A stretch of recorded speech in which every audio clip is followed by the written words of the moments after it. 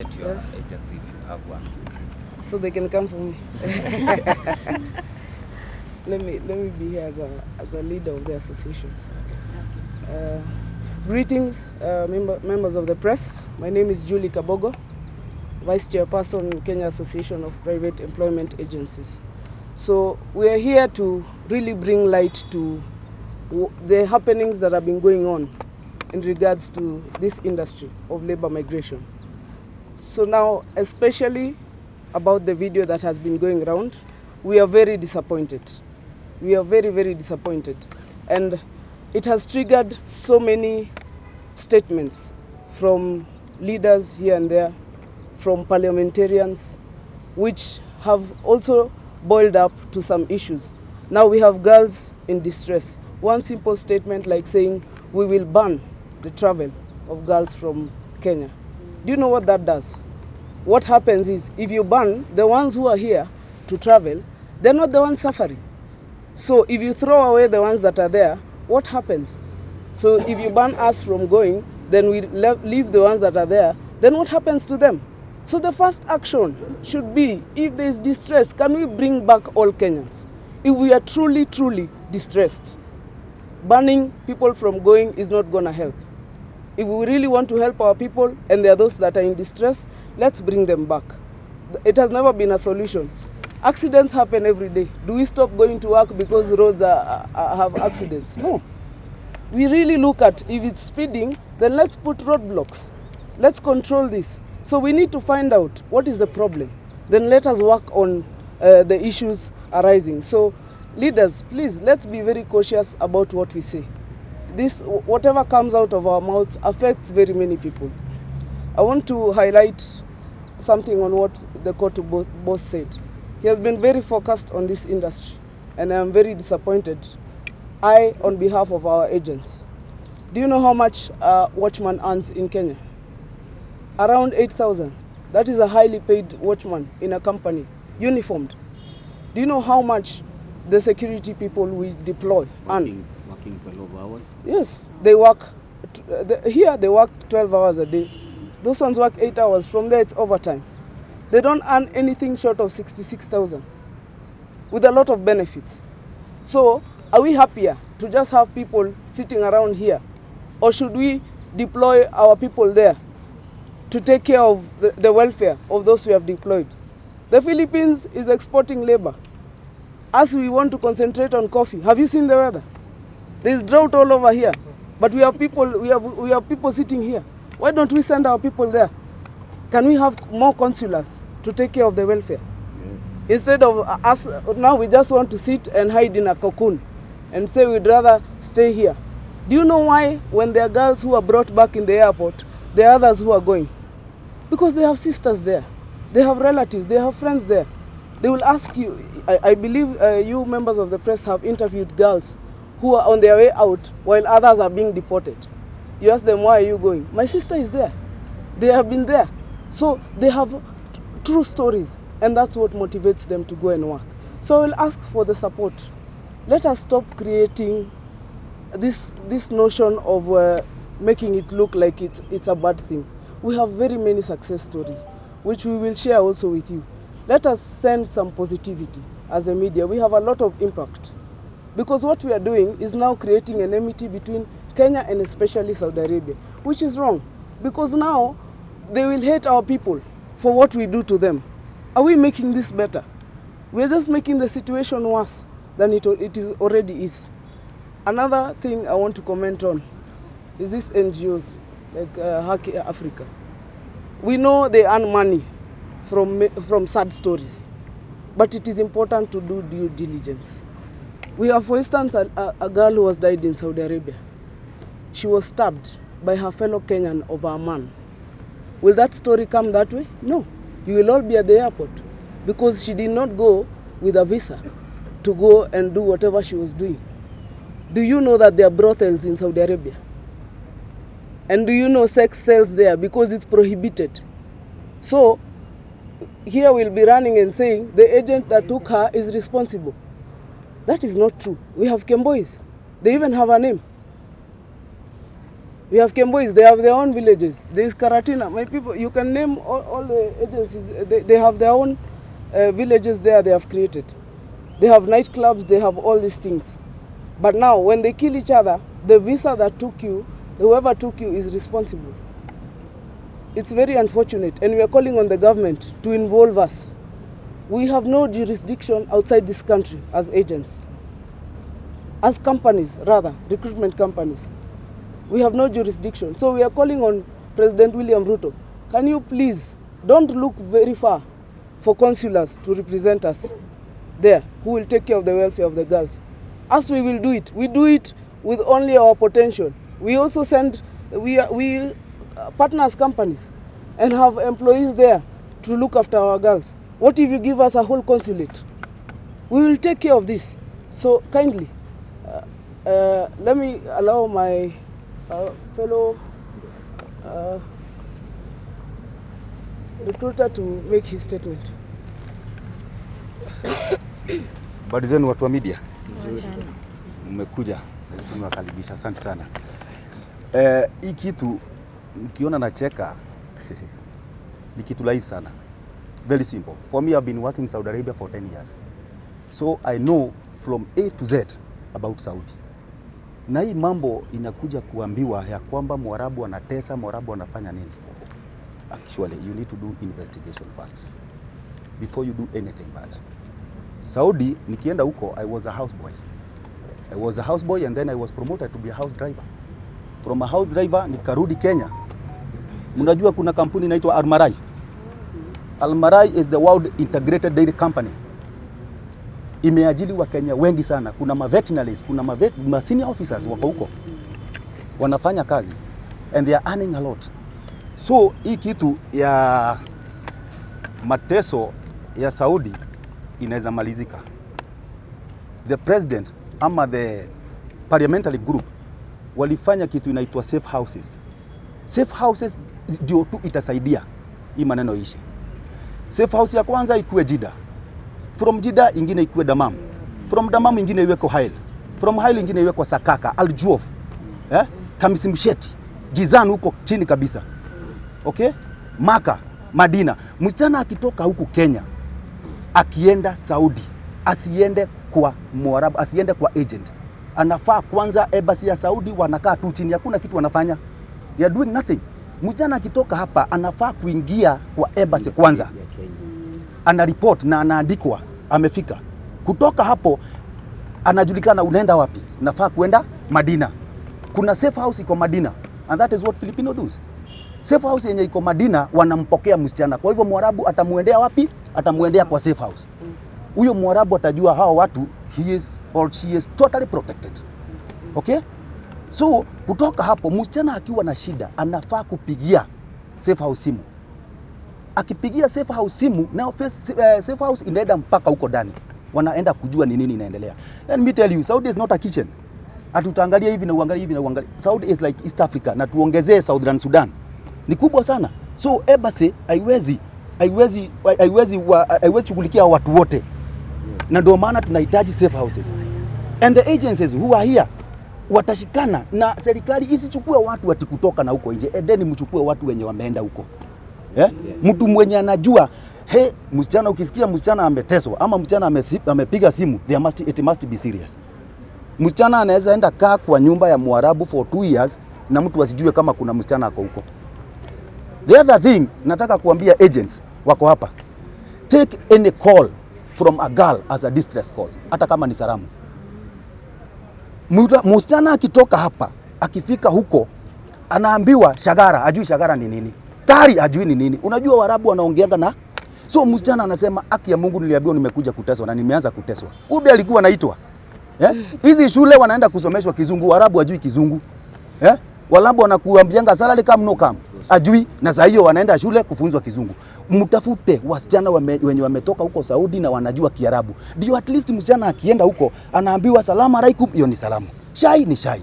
Sofra ni mahali pa kukulia. Tal ni kukuja. Wagif ni kusimama. Vitu kama hizo anajua. Ndio maana akiitwa pale tal shagara anajua ni kuitwa, naitwa shagara ni msichana wa kazi. Unaona? So huyu msichana wakati amepiga simu haijashikwa na the agent ako Kenya. atasema mimi nimeanza sasa kuteswa. Labda msichana alikuwa na underlying elements. Underlying elements ni nini? Labda alikuwa na pressure ilikuwa inataka kumuingia akiwa Kenya. Wakati mama ama agent amekosa kushika simu ya huyo msichana sasa hiyo maneno inaanza kwenda juu. Damu yake inaanza kupanda. Atakufa. Na sio Mwarabu amemuua. Hapana, ni makosa huku Kenya, imepigwa simu hakushika. Na niambie wazazi, kuna kitu moja nataka niwaambie. Msichana akitoka hapa akienda Saudi Arabia anafaa kulipo 32,000. Kwa hivyo huyu msichana akikutumia 70,000 unafaa kumuuliza hiyo pesa umetoa wapi. Ujue huyo ametoroka, ako nje. She is illegal immigrant. Afanyi kazi huko, hayuko wada serikali. Na tuulizeni, tuambieni hii maneno tunaijua. Wasichana wengi wamekufia huko wakifanya abortion. Na sasa shida turudie tu serikali. Msichana alitoroka kwa nini? Mshahara iko chini. Filipino wanalipwa 1500. Ongezeni hao wasichana pesa, hawatatoroka. Wengine wakitoka hapa wanakuanga na connection. Msichana ako huko Saudi Arabia anaitwa Darara. Anamwambia fanya hivi, wewe ukifika tu airport nitakuwa nimekugoja. Imagine huyo msichana hata aidagi kwa Mwarabu, anaibiwa na huyu msichana Mkenya. Anaenda anapelekwa mahali kunaitwa ya mama, kuna mahali kunaitwa Jaradia, Manfuha, Kuburu Manfuha. Huko sasa ndio wasichana wako huko wamerent manyumba zao. Wengine hata ni maintenance. Actually watu wengi hata walikuwa maintenance. Unaona? So ile kazi iko huko ni mbaya na ni mbovu. So kusema ati kufungwe sasa ndio mmemaliza kabisa. Kwa sababu gani? Mwarabu akisikia kumefungwa alikuwa amecreate agreement na agent ako Kenya. Hiyo sasa agreement imeisha. What will happen? Msichana atapigia agent simu. Juu si agent wote watu wakosagi kushika simu. The other guy, Tomo Ruthe, have said there are almost 200,000 Kenyan ladies who are working there. Almost 0.001 ndio wanateta. So akipiga simu msichana agent atamwambia wacha nijaribu na ule Mwarabu, lakini agreement iliisha. Hatateswa ama atateswa? Atateswa. So the only thing naweza omba parliament ni kwamba tutafuteni sisi wenye tumeenda huko, tuwakalishe chini, tuambie Saudi, one thing is not a kitchen the way you are thinking. Saudi inataka hii na hii mikakati, na mkiweka safe houses kalas, kila kitu inaisha. Wasichana wenu mtakuwa mnasikia wanaenda, na mjue kuna mavijana wengine wanafanya kazi huko, they are managers. Kuna wasichana bado wako huko wanafanya hospitali, wengine wanafanya masalonist, wengine wanafanya caregiving. Unaona? So hii kitu ni kitu kidogo sana, ndio maana nilicheka nikianza, na ni kitu inaweza kuwa solved with immediate effect. Kama ni president unataka kuwa point the ambassador, usienda huko uwatafuta mtu ati ni profesa ama nani. Tafuta mama mwenye ashawahi enda huko, anajua mashida za huko. Okay? Aende huko, angalie, wacha tafuta mama mwenye ameenda huko na anajua. Kama ni safe houses, tafuta wenye wameenda huko, wanajua. Lakini sasa ukienda utafute ama uappoint anybody there, he don't know, he don't care. Nasikitika sana kuona Francis Atwoli amesema ati hiyo ati msichana ananyosha ubwa. Kitu ya kwanza ni kwamba Saudi hakudanga ubwa. Mwarabu hafugagi ubwa, inaitangwa kerb. Na hiyo ni haram. Ni kama kusema kufunga nguruwe. Mwarabu hafugagi ubwa. So anafaa sijui venye atafanya ama sijui kama ata-apologize kwa Wakenya, kwa sababu imeshtua watu wengi sana, and it was from porn site. Na kitu ya kwanza mambo kama hiyo watu wa media kabla iende kwa media ama ikuwe aired, ulizeni kwanza what is happening. So I say thank you so much, na I hope the government itajaribu kurectify, and we are very much free, we are very much there. Mkitaka kutuita tuwapatie advice venye kuko ama venye mtafanya, we are there, and we are very many people here. Thank you. And even once more, this guy have been working there for almost 20 years. 20 years he have been there. He was a trailer driver. Watu ni wengi wenye wako hapa, wenye wametoka huko na wanajua. Personally I've been in Saudi for 16 years. 16 years. And I can swear before God, Saudi is one of the best countries in the world. I can swear God na kitabu kitakatifu. It is one of the best countries in the world because Sharia Saudi Arabia ni 100+1% straight hivi. But Kenyans we are not used of that. Hatujazoea kupeleka sheria hivi. And I want you media people to ask me a question, why do Kenyan ladies die in Saudi Arabia? A simple question, I'll answer you right away.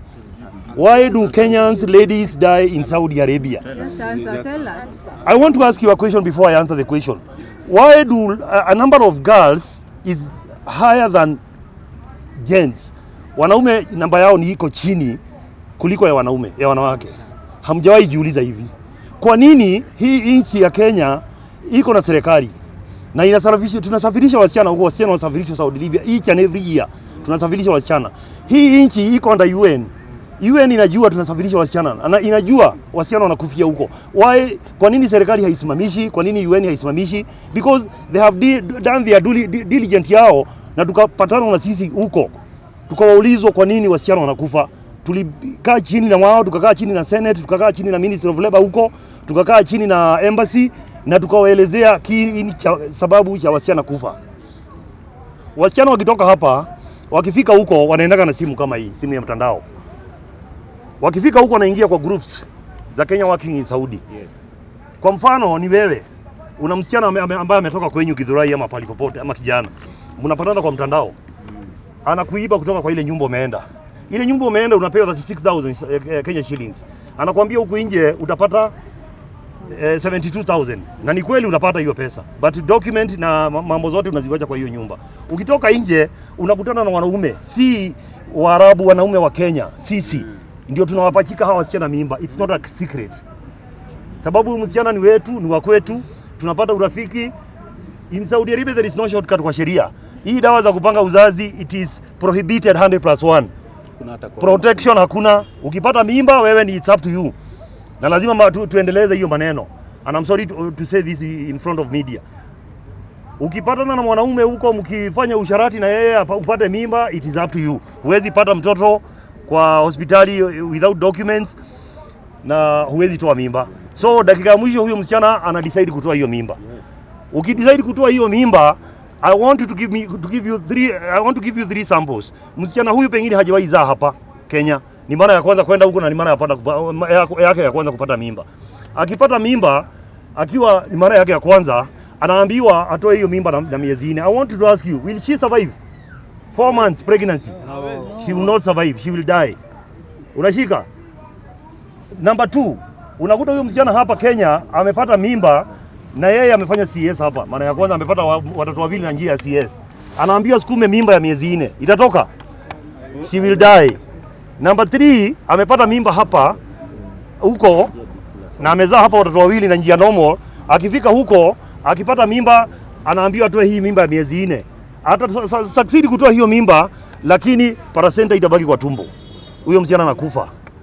Once more anaitwa, mimi ndio nilikuwa controller. I was controlling 144,000 Kenyans with this Facebook, including Moses Kuria, the current CS ambaye amechaguliwa juzi. He was under my control. He's a witness of that. Many Kenyans here know that. Wala wameenda Saudi Arabia. I was controlling 144,000 Kenyans na Facebook. So, ninapigiwa simu, napewa picha ya msichana, na napewa taarifa, ametoka Munanga, ametoka Kangema, ametoka wapi popote, naweka kwa Facebook. Kiini kia msichana kufa hatuweki kwa Facebook. Kwa nini? Manake alitoroka kule, alitoroka, ako nje, muajiri hamshughulikii, si Mwarabu alimpachika mimba, na si shughuli yake kupeleka hiyo mimba maiti nyumbani. Kenyans, na you know Kenyans, we don't throw our dead. Akifa wa Kenya lazima tushughulike, maiti lazima ipelekwe nyumbani. Dakika ya mwisho hatutaandika kiini cha msichana kufa, ndio pesa zichangwe na Wakenya tusafirishe maiti. Tukizungumza na wazazi wake hapa, hatutamwambia kiini cha msichana kufa, tutamwambia ni high blood pressure, mambo zingine, sababu kuna mambo zingine zinaibu kuingia kwa masikio ya wazazi. Wazazi wakisikia msichana wao amekufa wanaita media. Media ikifika KICC, Jomo Kenyatta International, another one from Saudi. There is no report. There is no report. Hakuna report tunapeanaga because inaibu. Ni report inaibu. But I'm telling you, the best country in the world ni Saudi Arabia. You cannot believe it. You cannot believe it. Mahali unakaa na sheria unapelekana nayo vile unastahili. You cannot go beyond that sheria to ufanywe nini. So that's why people wanapiga sheria, wanapiga Saudi Arabia, na Saudi Arabia doesn't have anything to do with the girls. Why only Kenyans? Huko kuna watu tabaka zote duniani. Kwa nini Kenyans peke yao? Because tabia zetu za wasichana wetu zimekeuka sheria. Unafikiria sheria ya Kenya itaenda kufanya kazi nchi nyingine? It's a lie. It's a lie. It can't. That's a Muslim country. and they have to protect. And also, Kenyans girls, before they live here, they should know 95% ya constitution ya Saudi Arabia imekotiwa kutoka kwa Qurani. And there is no shortcut, no matter what.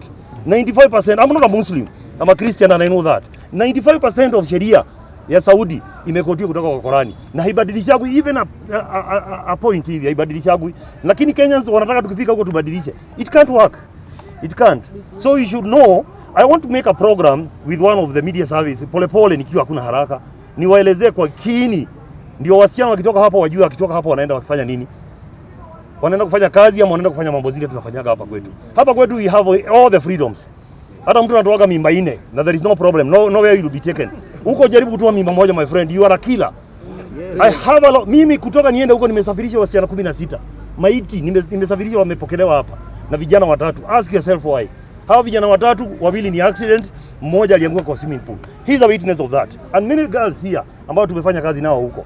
Sasa nashindwa, why Kenyans we don't ask ourselves? Why media doesn't ask herself? Kwa nini namba ya wasichana iko juu kuliko ya wanaume? Kwa nini sisi hatukufuati wanaume akufi? Na wako huko. Kwa nini wasichana peke yao ndio wanakufa? Maana yake hawawezi zuia joto. Joto ya kiume hawawezi zuia. Hazui. Naona na hapa amezoea. Na si makosa yake, ni kawaida. Ni kawaida hapa Kenya we are free to do everything. But hapo funga mbwa yako mahali iko. Unashika? Thank you. Yeah, Okay. Take a few questions. I think, Okay, afternoon.